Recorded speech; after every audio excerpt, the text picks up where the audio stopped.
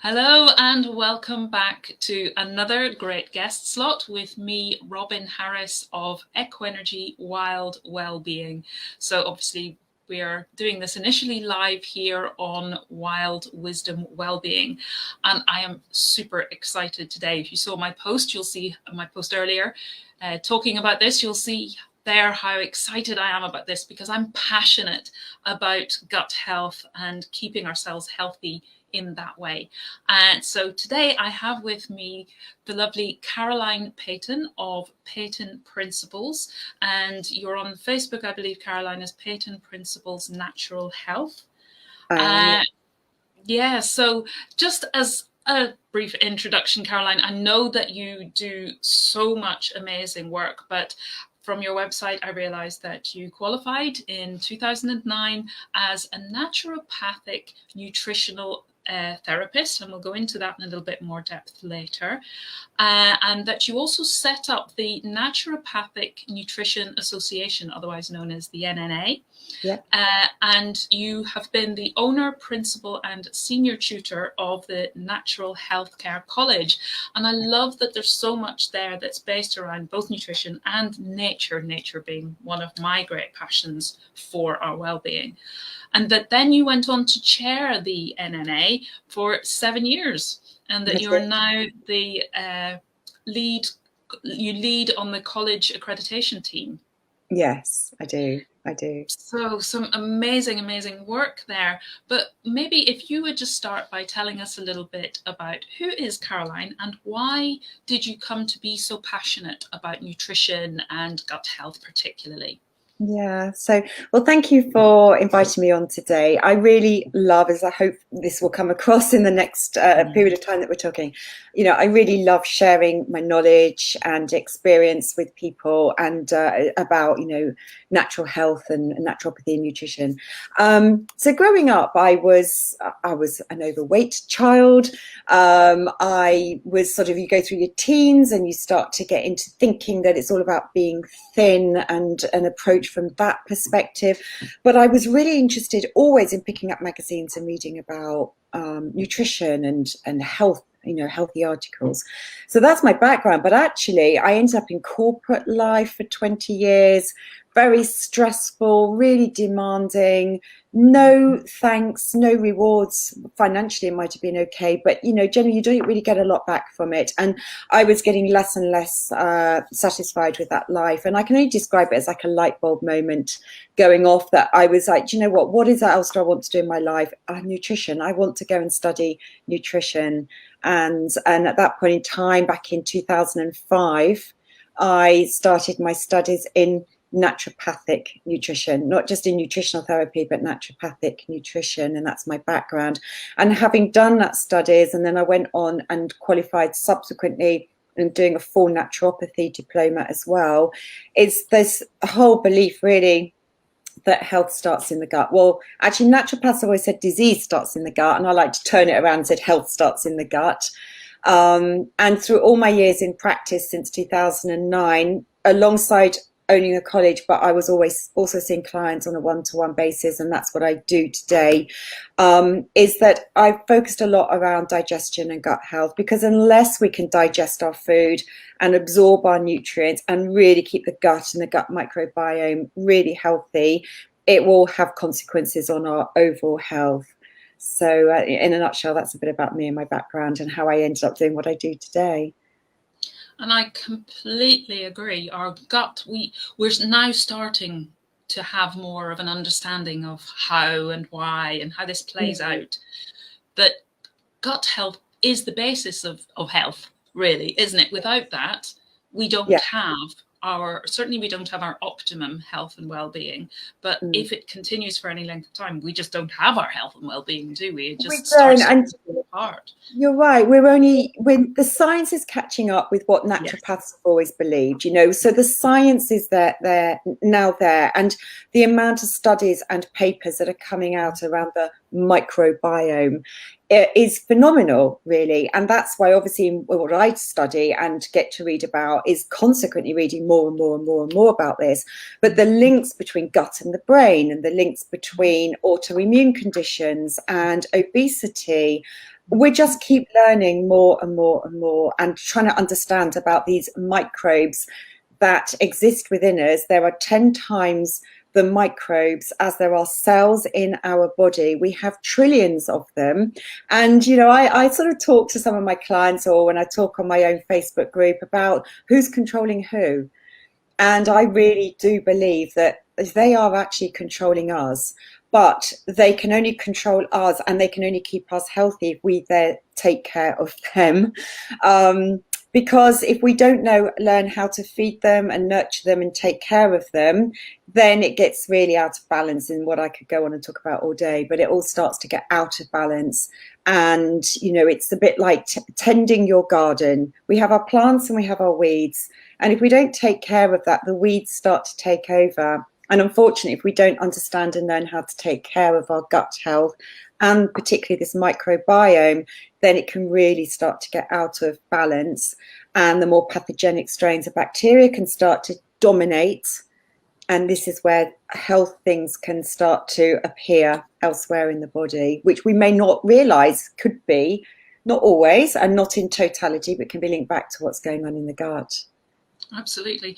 And the work that I do, meta-consciousness, it looks at how everything is designed to be in balance. And actually, our bodies are designed to work in synergy with the environment when everything is in balance.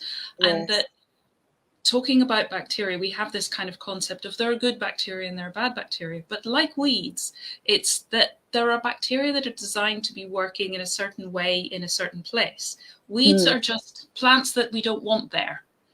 Yes. You know, those plants, the things that we call weeds, are actually often plants that bring us a lot of health and well-being benefits. Yeah, things like dandelions. Nettles. Yes, nettles, a fabulous example. So they have their place, but that's not necessarily in our garden, or to a great degree in our garden. It might be nice to have a little wild corner, and so it's finding the right balance for it's all about balance. Everything is all about holistically, it's all about balance. And yes, you're absolutely right. We are never, ever, ever, you know, I do a lot of stool testing with clients and look at the results, and you will never get a picture where there is no pathogenic strains of bacteria, because that's just not realistic. And it's quite interesting, actually. Parasites, you know, one of the stool tests I do looks at 4 different types of parasites, but we're now beginning to understand that 2 of those strains of parasites are actually seen as being symbiotic. They could bring us some potential benefits, or at least not doing any harm. But maybe as research goes on, these things that we call parasites may actually be delivering some benefits to us. They're not all like, oh, got to get rid of those, got to wipe them out, got to destroy them. And actually, when we look at this whole pattern, it's about, you can't just strip out the bad ones unless you bring into more abundance these other more beneficial strains as well. And I think that was really what I was getting at, that we have this concept of these are good and these are bad. And then we start to think bacteria equals bad. But that's not the case. No. And we are starting, as the more that we open the door to explore these things and realize, actually, we are 10 times more bacteria in what we think of as me. There's a book, 1 in 10, about the fact that only that 10% of cells in my body is actually genetically me, versus these others. They're on our skin, they're in our guts, they're everywhere. They're around our lungs. Everywhere, but actually they're working in synergy with us. And even when we talk about what we call the pathogenic ones, they in their own way are serving a benefit for us in the work that I do, the perspective that I take, that when I need to clear something out, when I need to do something, my body's needing to get back to balance, the pathogenic, as we call them, bacteria actually can support that. Yes. As can what we call viruses or what we call fungi. We tend to think of them as bad, and we then try to eradicate them, as you said, but then we may be using chemicals that are more toxic. We've got this thing of, I mustn't feel pain, pain is bad, disease is bad, dis-ease is bad, but actually quite often those symptoms come in the part of the cycle, which some people call the disease cycle, but I like to turn it on its head, as you've done, and call it the well-being cycle. Yes. that it's just a part of our bodies getting back to balance, Oh, and that's why absolutely. we get colds and stomach upsets, all these Absolutely. things. Yeah. Oh God, absolutely. You know, it's like taking if you've got a temperature, Mm-hmm. we've got to take something to get the temperature down. You've got to do something. Naturopaths would say the body, this is the healing cycle. The heat is created to try and help overcome this Yeah. bacteria, virus, whatever's going on in the body. And unless it gets to a dangerously high level, you know, live with it, allow the body to do that. The problem is we lead such busy lives, is that we don't allow ourselves to take ourselves to bed, to have a day or two, to go through this, like where we're sweating and, you know, we've got this temperature, to allow the body to do its work. Because that's what the body, like you said, the body is trying to go through a healing process. And the body is amazing if we allowed the time and understood a little bit more about what it's trying to do. Yeah. And like with so many things, if we don't take the time at the time, we may end up having to take more time More later. time. And the medicines quite often that we take or that we're given, like I was listening to Gabor Mate in the Wisdom of Trauma movie recently, and he was talking about if you have a bad knee, they give you steroids. If you have eczema, they give you steroid cream. If you have asthma, they give you a steroid inhaler. But steroid is like cortisol. So it's effectively, and caffeine and these energy drinks or flu medications, they contain caffeine as well, and pain medications. What they're actually doing is putting us back into the stress cycle and the stress part of the cycle. And when we're in there, we're designed not to feel pain, feel sick, because that's fight or flight, that's survival. And if we felt ill when we were there, we probably wouldn't be able to fight or flee or survive. So it's only when we can rest, when we can move out of digest, the healing phase. Yeah. I tend to call it rest and repair, but yes, I call it rest and digest, probably because it's my But that links back to what you were saying earlier about when we are focusing on our health and our well-being and our gut biome, we need not to be stressed. So for people to get a deeper appreciation of how important and why, not just, I'll be fine, you know, I'll work through my week and the week is stressful and then I'll take 2 days to recover over the weekend. We really just need to be addressing stress all the time, and to be aware as well, I think, that we often have that kind of background stress that we don't even notice anymore, but it's still having an impact on our digestive system. It's about trying to become more mindful to it all, isn't it? And, you know, taking a step back. You know, I say to clients around, I sort of loosely use the words mindful eating. But it's about, you know, and I'm trying to explain to clients that the process of digestion starts before we even put food in our mouth. The sight and the smell of the food is sending messages to the brain, that sends messages to the stomach that food's coming in a nanosecond. And so it can start to release digestive secretions. And, you know, we don't allow ourselves a time. We're too busy watching TV, we're on our phones. We don't mindfully think this is the time for eating. And I'll say to clients, just try and do a little bit of deep breathing before eating, just to try and calm everything down, to try and, you know, just calm, focus, just to get into the mindset of this is the time now for eating. Because eating in itself, that rest and digest phase, is really, really important. The body cannot properly digest food when it's stressed, because it's designed to be running away from danger. You know, the stress mode is what it is. That's what it was designed to do. And so it's not designed to be digesting food. When we were cavemen, we ate food when we were safely in our caves and we were relaxed. We weren't designed to be eating food when we're trying to run away from danger from a tiger, is what we still use those terms. So our stress that we experience today is no different to the historic stress that we had, is it? And yet we don't recognize it. And I think it's often I see sometimes in clients, I ask the questions about how they feel stressed. Are they stressed? You know, where they put it on a scale of 1 to 10, what's stressed. And I see it in certain clients that they'll say, no, I'm fine, but I know they're not. And some people just internalize it and they don't realize that actually they are quite stressed. And I think that can be more potentially harmful by not recognizing it, internalizing it. Like you say, it's going on in the background all the time. Yeah. And our bodies are only designed to be in that fight or flight for 10 to 15 minutes. Yeah. And you'll see animals, they're such great teachers, I've learned so much from them, where they will, if they're stressed, they will run away if they can, or they'll go into faint or freeze until the danger has passed. And then quite often they will shake. They'll run or they'll shake and they'll get rid of that energy. And then they come back down to balance and to, right, I'm calm now, because they're conserving energy. And even you will see on the wildlife programs and things where you'll have maybe a herd of antelope and a lion is walking past the herd, and the lion's not hunting and they know it. The herd of antelope know it. So everybody just keeps an eye on everybody else, but nobody's getting stressed, nobody's running, everybody's conserving energy. Because out in the wild you have to, and we would have had to as hunter-gatherers back in the caveman days. We would have got up our energy to do the hunting, or if we had to run away. But apart from that, we'd have been sitting with our family or, you know, just chilling. Yes. And that, as you say, back in the cave when we felt safe, that would have been when we did our eating. Exactly. But nowadays we have these things that are not saber-toothed tigers in the literal sense, but they're there all the time, and we feel under pressure. Yeah, exactly. Stressors all the time. Different kinds of stressors, but our reptilian brain and our hormonal systems haven't caught up with the fact that actually they're not life or death. Exactly. Our gut brain is still thinking life or death. And that's how it treats it. Exactly. Yeah.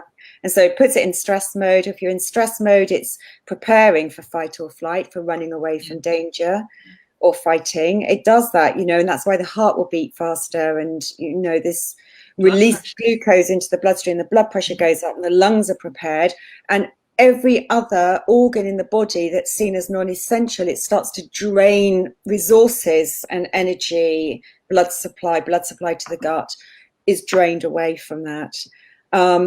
So that's why, you know, we cannot, I'll go back to digestion because that's what I know and love best, but we can't optimally digest food when we're under this element of stress. And yet, you know, I explain to clients, you know, we can't avoid it. We can't avoid all our stress, but it's important to recognize if we are doing what we can to take away excess stressors. Because you only have to pick up your phone, and it's just also depressing what you're reading about, isn't it? And that's going to make you feel anxious and uptight and a bit stressed. So, you know, we have to do our best. We have to do whatever is in our own control to try and alleviate excess stresses and do what we can to calm the body down for when we want to eat, or at any time of day. At any time of day. Yeah. I think you've raised a couple of really important points there. The fact that we have this thing that goes everywhere with us, and why we still call it a phone when it's so much more than that these days.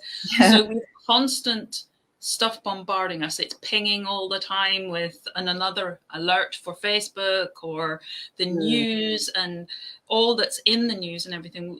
Unless you make a conscious decision, I'm turning my phone off, or I'm putting it in another room or whatever, so that it's not there, it's not constantly grabbing my attention, I just have to check it another time, or it's pinged, what's that news item now. And the news, obviously, it's nice that we can keep up with what's going on in the world, and the world doesn't feel such a big place anymore. But at the same time, years and years ago, we wouldn't have known what was going on in Afghanistan, or we wouldn't be worrying about, you know, previously what was Trump's latest tweet, or any of those things. We would just have been getting on with the stuff that's in the day. And as it says somewhere, I believe in the Bible, about the stress of the day is just enough for that day. Just focus on that you don't need to be dealing with anything more. And in that sense, being mindful of just, I'm focusing on this present moment of now.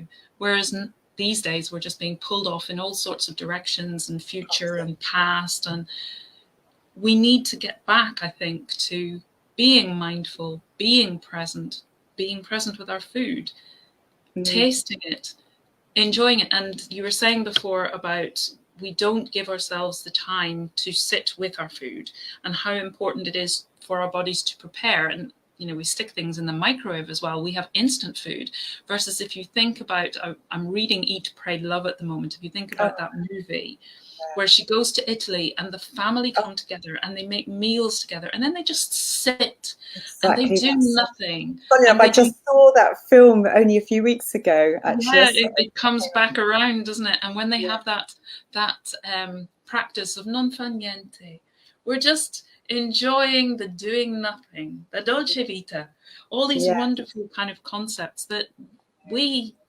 it's a northern hemisphere thing as well. We don't have the wonderful heat and everything of the Mediterranean belt. I mean, the heat slows everything down as well, doesn't it? It makes you a bit more chilled. Yes, they do say that, don't they? So the just being mindful about what we're choosing to eat, how we're preparing it, that preparation that does so much for our body, because we smell the food, we see the food, we're cooking the food, we're ready for the food, we enjoy the food. And if we can enjoy it with family, if you enjoy it with family and you're sitting around a table and you're chatting, then you're going to take longer to eat it, because you know the next stage is just to, I'm not talking about chewing your food 100 times, but you know, eating more slowly, chew your food a little bit more. Your stomach doesn't have teeth, is what I used to tell my daughters when they were younger. You know, simple things, you know, little things like that. I was like, yeah, of course, you know. All these things are so important. And you know, we're just talking about cooking and eating, and you know, people start stressing. You know, I'll talk about nutrition a bit. People start stressing about what to eat, what can I eat, what's bad for me, what's good for me, you know, weight and all this sort of thing. But we've completely forgotten that eating should be an enjoyable pleasure. I love eating, I love my food. Everyone's confused about what to eat, and you know, and just forgets that actually it's just lovely to be able to just cook a nice meal and sit and eat a nice meal. And that's what we should be doing. And even that's become almost stressful for some people now, which is really, really sad that we've reached that stage that people are scared to be, can't have red meat, you know, it's bad for me, or oh, we've all got to be vegan, or to save the planet, or do you know what I mean? Oh, I can't eat a potato because of all the stuff, you know.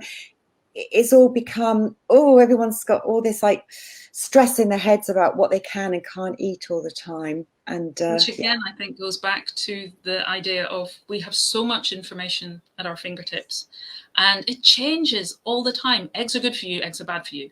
Exactly. Cholesterol is bad for you, cholesterol's fine, and all of these things. So it's very difficult to weed out if you're not a specialist, and probably even for the specialists, what is it this week that I have to keep up with? It's very difficult for the rest of us, just ordinary people, to weed out what information is accurate and what is misinformation or not the latest information. They've got new thoughts on it this week. And I think it's very much about what works for me as an individual. Again, going back to listen to your own body, isn't it? Indeed. I choose to be a vegan because that's what works for me. Because I didn't like eating meat for a vast range of reasons. So I thought, why am I? You know, it was one of those light bulb moments one day. Well, why am I eating it? Yes. Kind of duh. So I decided not to. Yeah, I decided not to see how that worked for me. And actually, even my mum said, you look so much healthier now that you're choosing. There is no one size fits all for everybody at all. You need to listen to your body. I've just come off a call with another client, and we were actually having a conversation. I won't talk about her personal circumstances, but I actually said to her, you know, I actually think you need a little bit more red meat in your diet for her particular needs. I think that's what you need right now. And she said, oh, that's really good to hear. She said, I actually like a steak and I like lamb. And, you know, for those who are vegan, that's really hard to hear for some people, but I respect each individual's and I look at what each individual needs.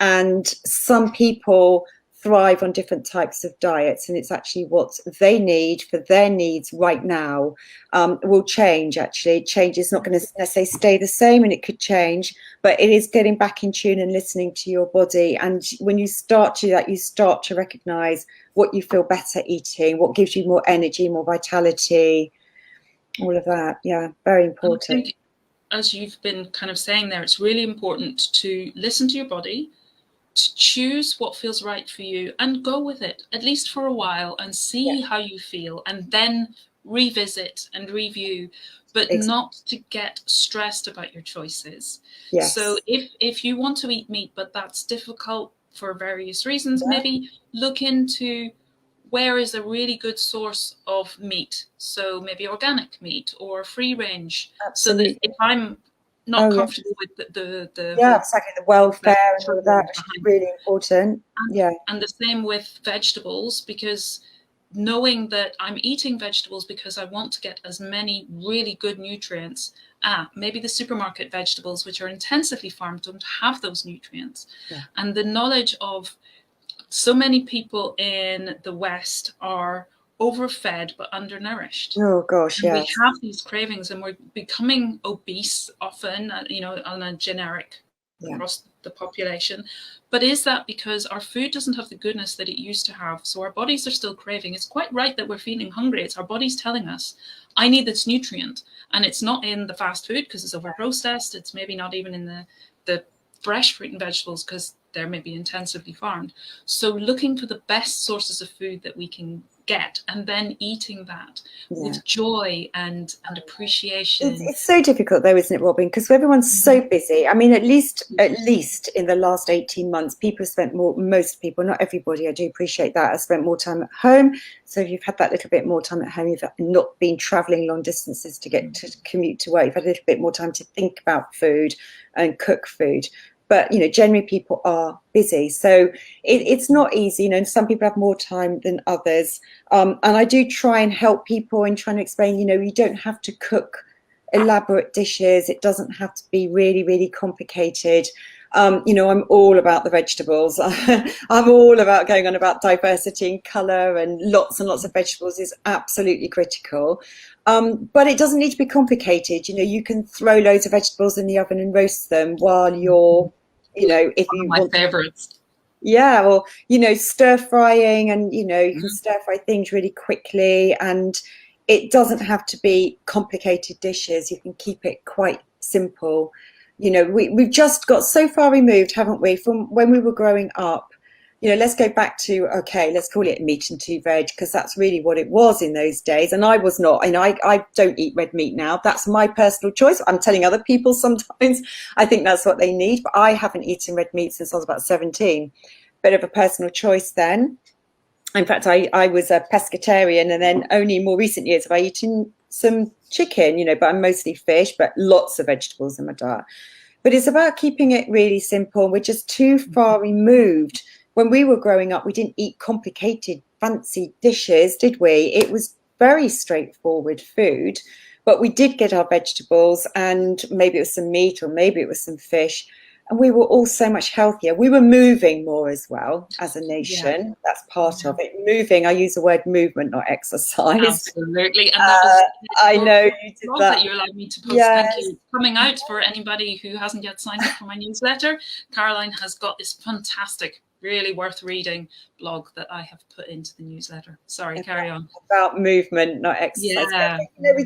It's so hard for people. Like you say, we're overloaded with information. We think we need to follow the latest diet. But no, come back and listen to your own body. What do you feel better eating? Did you feel better when you were trying to be vegan or vegetarian, or did you feel better when you actually were eating some red meat, but you took it out because you made a conscious decision, or you thought it was better for your health to do that? We're not all the same. We're all unique individuals. And it's just trying to step back a little bit, listen to your body. And it doesn't have to, really stress a point. It doesn't have to be complicated.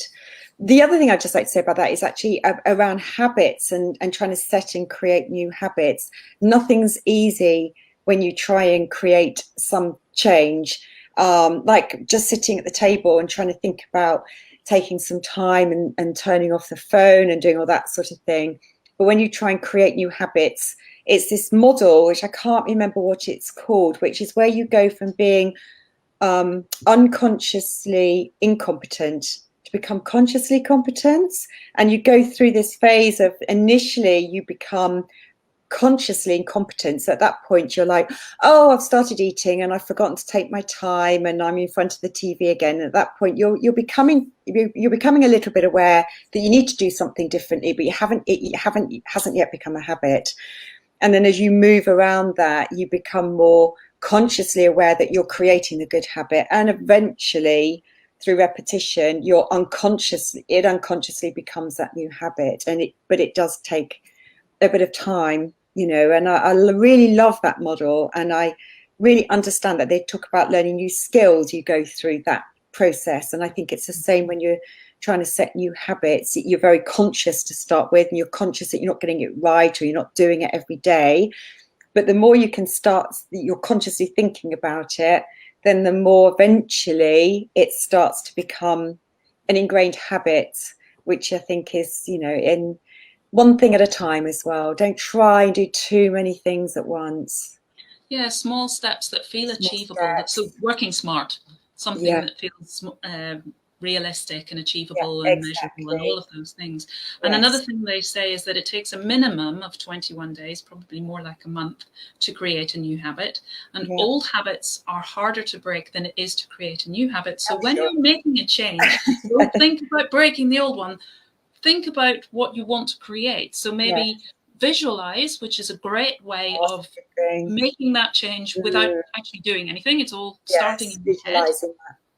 Mm, and not fighting against and resisting what you did before, but just, yeah, this is my new way, and being yes. open and curious and compassionate with yourself when, oops, I've gone back, I've got my phone Don't beat open and I'm yourself up back on about it. Facebooking. No, it's not worth it, is it? No, It's only going to add to the stress for a and start. it's why I hate diets. Oh gosh, it's about trying to create healthy eating habits, It and is. everything in moderation. And I'm a great believer in this like sort of Pareto rule. 80% of the time, your habits, 80, maybe 90, whatever. But most of the time, your habits are good. You're trying to live a healthy lifestyle. That's not just about what you're eating. Some days are not going to be perfect. Doesn't have to be. I'll eat cake. I like a glass of wine. I'm not perfect, but we shouldn't need to be perfect. What's perfection anyway? It's about Stress trying to, is what it is yeah, quite often. exactly. So there's nothing wrong. And this whole thing about people go on a diet and then they think, oh, I've done something bad. They beat themselves up and then they feel miserable. And oh, that's just not good habits. It's little habits, small steps. Takes time to change something. Do one thing at a time, and over time you can then introduce something else, and yeah, and eventually, and listening to your body, it's all those Yeah. things. Keep it And I often, simple.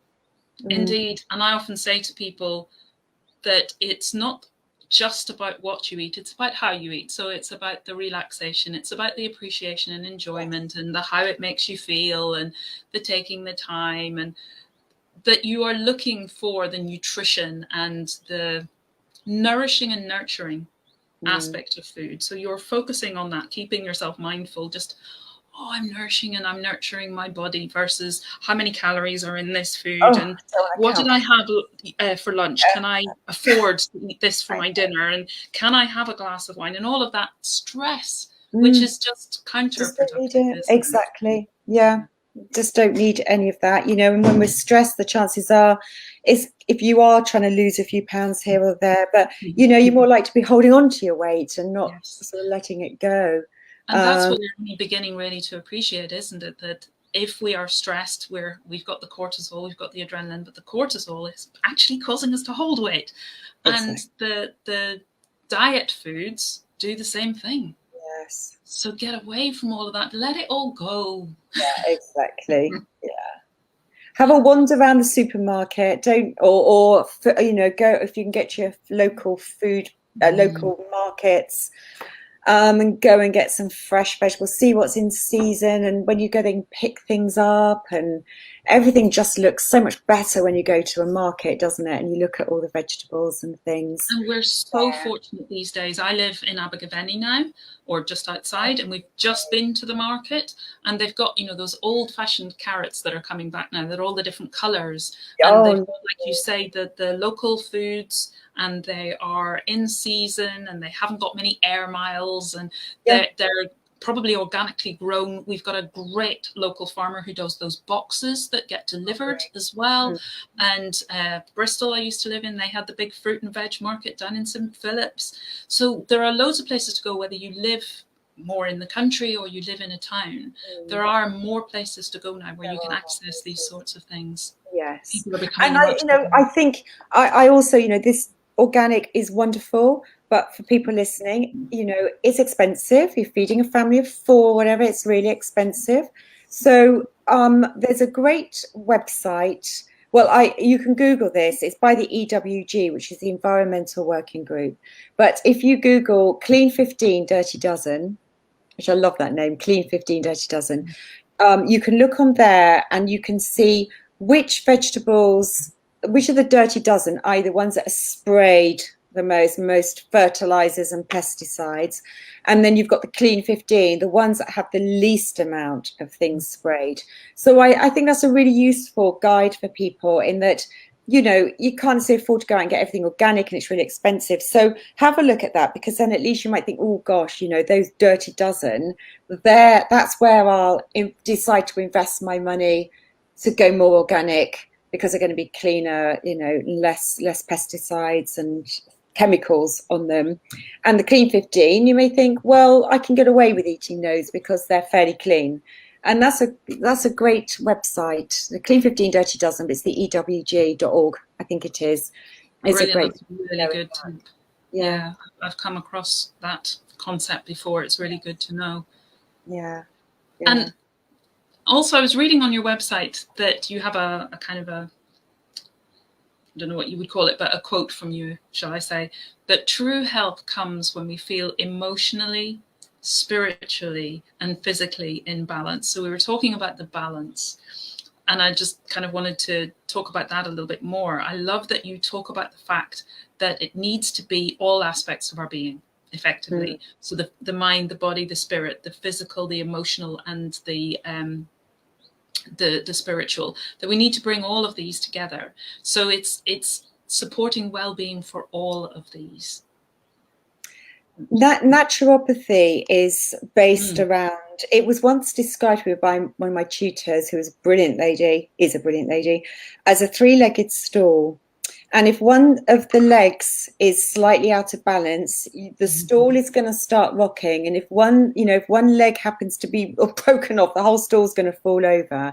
It's keeping it all in balance. And the 3 legs to that stool is around the emotional and mental is one aspect of it. One is to do with structural. So we need to really think about our structure and our posture, because the nerves pass out through the vertebrae and they can be impinged, and that the nerves are feeding our organs. So we need have to think very much about our structure. And the other side of that is what we call chemical, but that's to do with nutrition and elimination, hydration. And that 3-legged stool, you've got to try and be aware of all of that and keep it all in balance. So as naturopathy teaches us about all of that. My expertise is around nutrition, and obviously I specialize in gut health, but around nutrition. And I very much have, through my training, I've done a bit of bodywork training, but I would recognize if someone had put on their case history questionnaire that they'd been in a car accident and they were still getting some problems, and I think, well, I know that those where they had problems, that feeds down to the digestive organs. I would say, do you know what? I think you should go and see an osteopath or someone. I think you should go and have that looked at. And equally, I'm very much in tune with this, I can't say, I'm very much aware of the spiritual, but I'm not an expert in that area. But the emotional and the mental side of things, we've got to take care of that. We can't be in balance, and really healthy and well unless we take care of that aspect as well. And in terms of spiritual, I don't think of spiritual as merely the religious or that kind of spiritual. I read something recently, and it's a quote that I've used in memes and things, that spiritual practice is anything that makes you feel more beautiful. That's lovely. Inside, that sense of just expansiveness and connection and being aware of the beauty within everything. Some things might not feel too beautiful or look too beautiful on the outside, on first glance, but when we look deeper, we see that there is a beauty there. And somebody I was just listening to recently was talking about the Japanese art, I can't remember the name of it, but Japanese art, if something is broken, that you put it back together again with gold in the cracks. So Nice. that You're you making can, it more beautiful almost, is yeah, it? you're showing the beauty of the fact that it's been broken, and that it's still worth repairing. It's still a beautiful piece, even when it's been repaired. And I don't know who it was that said that where we're broken is where the light comes in. Oh. So, sometimes we feel ashamed of things where we feel we're broken. But actually, that can be, somebody else was saying, where your heartbreak is, that is where your true power is. It's where your purpose is, because when you feel deeply about something, that is what you have to share with the world. If my friend was saying that her heartbreak is looking at animals and what they experience, particularly wildlife. The way that we as the human race are causing problems for the animals. Yes. So that is now her purpose. That's what she does. She supports wildlife through her art. Right. So, when we can, again, listening to our bodies and connecting, my body telling me, what am I connecting in with? That is, to me, that's our spiritual practice. Yes. It goes back to what we said at the start, it's about being mindful, and it's having time to stop and pause and think and listen and look. And it's this modern lifestyle that we have, or we had, being busy, and filling every moment of every day. We do that with our children as well, don't we? We after school clubs, and they've got to learn this and they've got to learn that. And I don't think I had any after school clubs. Just went outside to play with my friends, I think, but and I read somewhere recently that the amount of time, they did a study and found out how much time kids are expected to be at school sitting in a chair versus years ago, like in maybe our time or our parents' time. So much more time that they're just expected to be sat there still, and that's not natural for kids. Years ago, we would have had longer break times. We would have had maybe a morning break, a lunch break, possibly even an afternoon break, but kids don't get that anymore. And they don't get much PE time, do they? Not these days, because with the cuts and the pressures of what they have to cram into the curriculum. Obviously, last year was very different, and it'll be interesting to see how we move that forward, as with all things, with blended working for us adults as well. It's interesting now to see how that might impact on our well-being, because we maybe have more time, fewer pressures, less travel. There's a lot of stuff around working from hubs or from home now, so we don't have to travel quite so far. Is that going to give us back time? A lot of people did gardening, grew their own veg. We were talking about I know. And it's going to be interesting, like you say, because I think the individuals certainly don't want to have the pressure of being back in an office 5 days a week, or the commuting and all of that. It's how much pressure comes down from the organisations to do that. I think some are very much aware and trying to move to a new model. I'm not sure about others. It'll be interesting to see how that plays out, because I think a lot of individuals will be, if there are companies offering more hybrid working and more flexible working, but other companies are like, no, we want you back in the office, we want you back here 5 days a week. I think people are going, no, thank you, and think about moving. I think, again, it's an individual thing. So if you're somebody who would like the blended working, perhaps if you're working for a company that doesn't offer it, they'll be voting with their feet and going elsewhere. And then there are some jobs that need people to be in certain places at certain times. So maybe that will attract. So it may, on balance, as again, we're all individuals, maybe we will be better able to find the hole that fits me. So, not being the square peg in the round hole, but finding the shape that works for me. That'd be interesting one. I think there's so much going on at the moment that is potential for really, really positive, good change. So holding the intention that we all start to head that way. And I think it's going to take time, and it's change, which is can be clunky in itself. But I think there's a lot, energy is very all over the place a bit at the moment, don't you think? It is, but within that, I think there's potential for really positive change, positive outcome, if we put enough intention into that, rather than sitting in our fear. Because I think if we sit in our fear, then that's maybe what's going to come, because that's where our energy is going. Very good point. That's really interesting. So going back to talk about well-being and what gut well-being does for us. So often people will say that they have a IBS type symptoms. I see a lot of this around. But maybe they've been to the NHS, they've had every test under the sun, and nothing's been found. So can you talk a little bit about what might be going on there? Yeah, a lot of clients come to me at that point, really. They've just frustrated and fed up, exhausted, really, with symptoms they've got, a variety of different types of symptoms. And it's good that they've had the tests, and I'm pleased in a way that nothing has been found. Frustrating for the individual, because they've had things like colonoscopies, you know, at least it's been ruled out that there's nothing more serious going on, IBD type conditions or anything else. So that's good. Of course, it's frustrating for an individual. But the problem is that it's not really getting down to the root cause of what's causing the symptoms in the first place. So yes, there could be something that could be picked up, but hasn't. Obviously, nothing's been found. And you've got to start getting back to the basics of digestion, very much like we started off talking about, you know, are you actually digesting your food well? Most people who come to me, I'm not talking about most people, many people anyway, but most people who come to me have suboptimal digestive capability. I go through a series of questions asking people what they're experiencing, where they experience the symptoms, when they experience it, is it after certain foods all the time, you know, all sorts of different symptoms they may have, which I don't need to go into here. But we need to, you know, and I go right back to basics. Do you take time to eat your food? You know, many people are going to go, well, occasionally, but actually no. And trying to understand, is there an insufficiency in gastric acid secretions? Is there an insufficiency possibly in secretions of pancreatic enzymes to digest our food? All of this starts to have a knock-on effect. Now, that isn't investigated by the NHS. They can't investigate it with a test.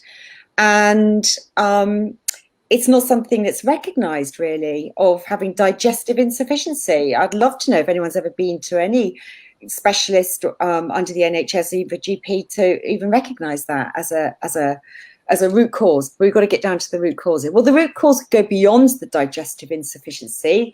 The root cause could be the stress that's hindered the digestive secretions, but there's lots of other reasons as well. So I do a lot of support in that area for people, helping in that area, and then going on to look more in depth at what could be going on in the gut itself, the microbiome. I mentioned stool testing. We need to support and heal the gut lining. There's things like called leaky gut. That's not picked up on any NHS tests. It may sound really weird, but that's another blog and live I did recently. But there's so many different aspects to this, and it's great, as I said, that tests have been done. It's great for me that they've been done, so it's ruled out anything more sinister that would need more serious attention. But there is plenty that we can do that hasn't been explored by the NHS, like digestion, asking the questions. You've got to ask lots and lots of questions. And certainly, you know, my understanding around digestion is, it's just not something that's picked up. I don't know why. It's not recognised at all. And this is totally bizarre to me, because there's the quote that's attributed to Hippocrates, I think, though I don't think he actually said it from what I've since read. But let food be your medicine, and medicine be your food. But doctors don't get taught about nutrition. No, they're not. 30 minutes or an hour lecture in 5 years. Yeah. So in that sense, it's not a wonder that they don't pick anything up, because that's not the way their systems take them. And that's the system, unfortunately, that they have to work within. That's the resources. That's not their fault. I know it's not a blame, you know, not at all. You know, it's not their fault. They don't have any training in it at all. Or that people tend to get advised to do if they get gut symptoms, whatever they may be. It's like, why don't you go and try the FODMAP diet? Yes, that seems always the FODMAP. Let's go and try that FODMAP diet. And yes, some people may get relief. It's difficult to follow. You're taking out so many vegetables and carbohydrates from your diet.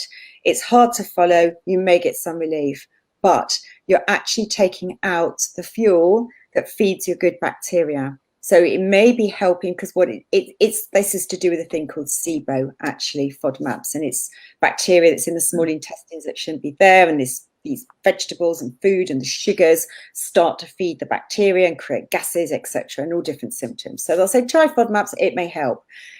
But it's almost like putting another sticking plaster over the problem. You haven't actually got rid of the underlying problem. And if you follow it for too long, you're actually having a negative effect on feeding these lovely gut bacteria that rely on us to give them all the fuel that they need.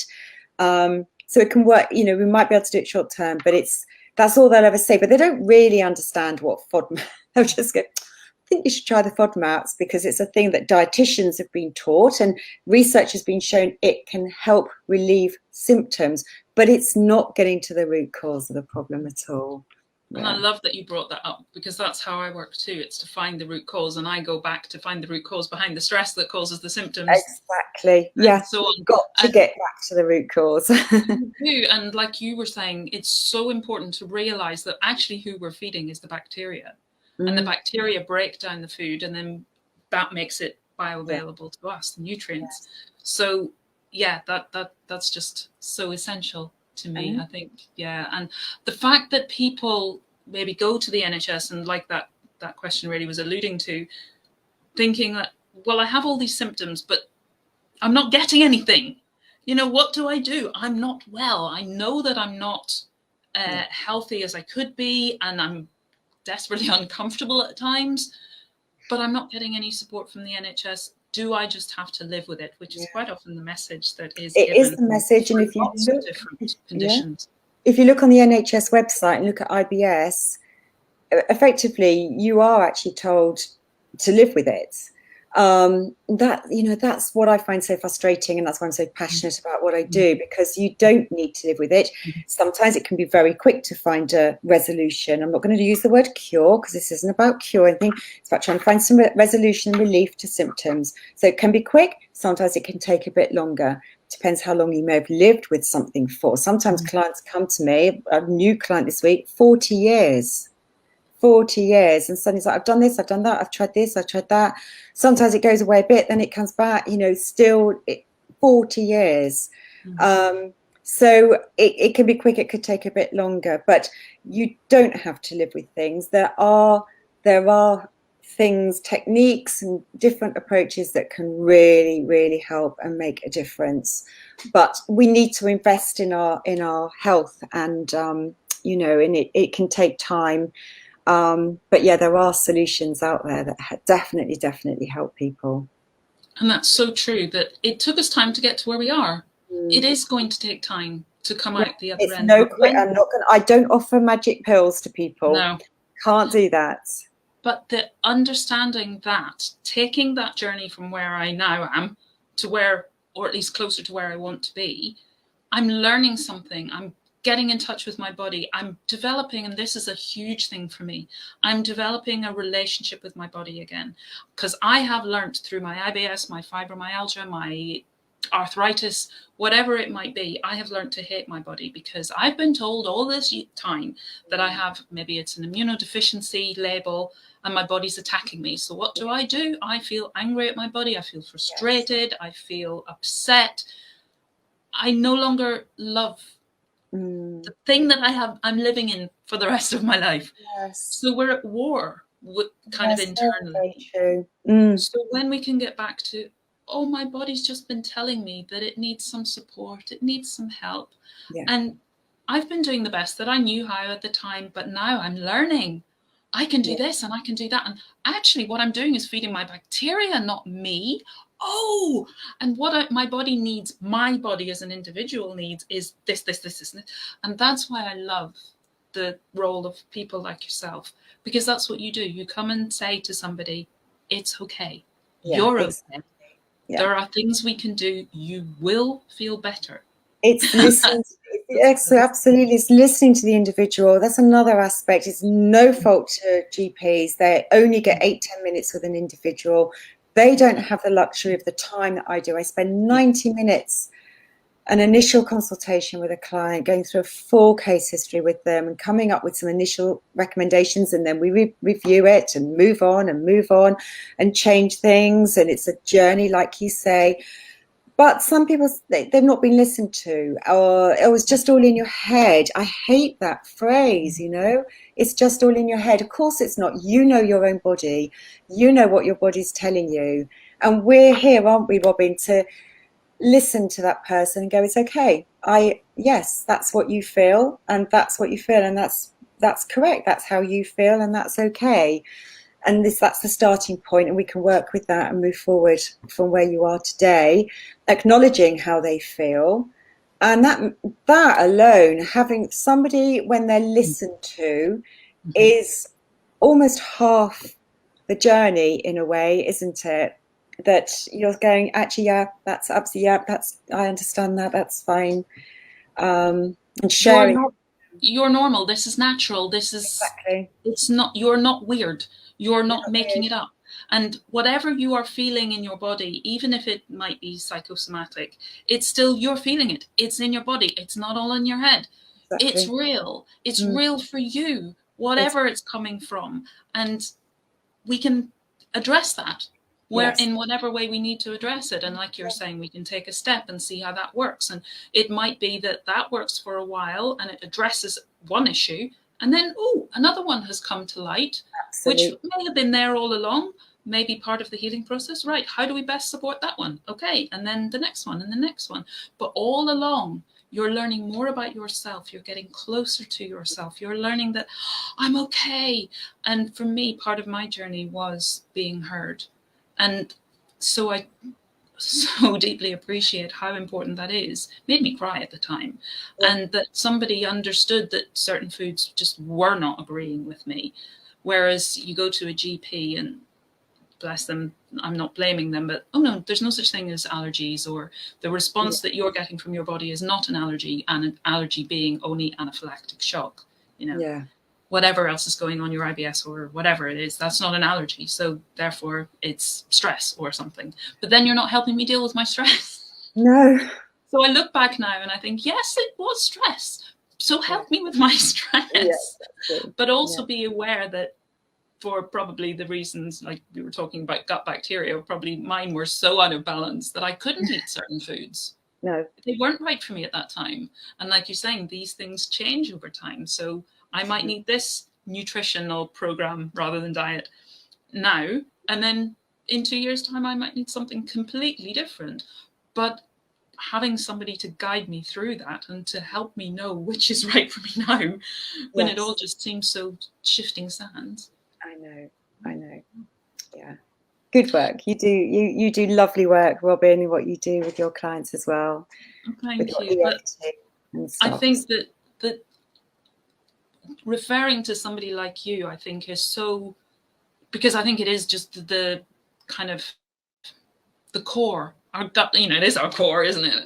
It's so central to our well-being that having somebody like yourself who can accurately work out what's going on for somebody and how best to support them and walk them through that journey is so crucial. Yes. So we've talked a lot about naturopathic approaches and things, but I'm not entirely clear what that word actually refers to. So can you tell us a little bit more about what it means to take a naturopathic approach? So naturopathy came originally from this concept of nature cure. So very much linked with nature. But naturopathy is not so much a therapy. I'm a nutritional therapist. You've got herbalists, you've got homeopaths, you've got osteopaths, but it's an approach, it's a principle, it's to healing. So naturopathy is understanding that we're all unique. My role is as an educator. I guide people. So inherently within each of ourselves, we've got our vital force, our internal, we've got our own healing. The body can heal itself if it's given the right tools. And less is more. So you don't want to throw everything at it. Sometimes we need a very gentle approach to sort of create that healing process in the body. And yeah, do no harm is a very important principle of naturopathy. So, you know, we don't want to do anything that's going to create harm to the body. So a bit like taking antibiotics, for example, that, as I say, just coming back to gut and the microbiome, you're going to be destroying all those other bacteria. So, you know, it's do no harm. And that we are all unique, and understanding about this approach of structural, spiritual, emotional, and the chemical, nutritional side of things all needs to be in balance. And recognizing all of that. So that's how the naturopathic approach, and very much finding and getting to the root cause, is at the heart of everything, really. So that's naturopathy. So when I trained as a nutritional therapist, it incorporated elements of naturopathy in that, which was quite unusual at the time, back in 2005, really. There were only a couple of courses in the UK offering that. And I absolutely loved it. And having done that, I then went on to complete my full training in naturopathy. Well, I've done a little bit around hydrotherapy. I did a little bit about EFT and batch flower remedies, and a little bit around herbs, and a little bit around body work. So I'm no expert in some of these things, but I understand the importance of all of these things. And I will refer people out to others when I think there is a need, because you've got to look at the whole person. You've got to look at them holistically. But getting back to that root cause, always, you know, my brain is always trying to think, well, root cause, you know, have we found the root cause? Is this the root cause? Always.